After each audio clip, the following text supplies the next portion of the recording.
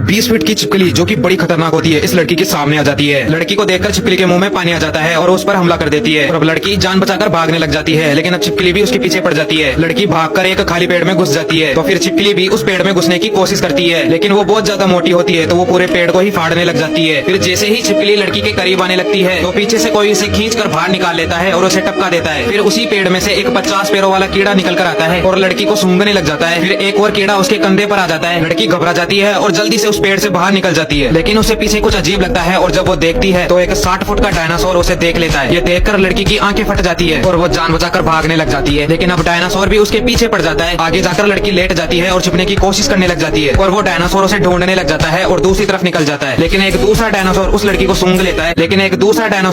सूंघ लेता है और इसकी खुशबू डायनासोर को कतई बावड़ा बना देती है, जिससे डायनासोर लड़की को खाने के लिए उस पर हमला करने लग जाता है और वो उस पेड़ को उछाल देता है, जिससे उछलकर लड़की लटक जाती है। फिर जैसे ही डायनासोर लड़की को मारने वाला होता है एक 100 फुट का बंदर उछलकर आ जाता है और लड़की गिरने से पहले उसे पकड़ लेता है। अब डायनासोर लड़की को मारने की कोशिश करने लगता है, बंदर उसका गला पकड़ लेता है। फिर इसी बीच पहले वाला डायनासोर लड़की को देखकर फिर से लट्टू हो जाता है और लड़की को मारने के लिए आगे बढ़ने लग जाता है और अब बंदर को बहुत ज्यादा गुस्सा आ जाता है और दोनों डायनासोर को पछाड़ देता है। लेकिन दोनों डायनासोर फिर उठ खड़े होते हैं और अब पीछे से एक और डायनासोर आ जाता है। फिर तीनों डायनासोर मिलकर लड़की को खाने की ताबड़तोड़ कोशिश करते हैं, लेकिन बंदर पूरी जान लगाकर तीनों को उठा कर पटकता है और लड़ते लड़ते वो एक खाई के पास आ जाते हैं, जहाँ दो डायनासोर लड़ते हुए उस खाई में गिर जाते हैं। और फिर जब बंदर तीसरे डायनासोर को भी खाई में पटकने की कोशिश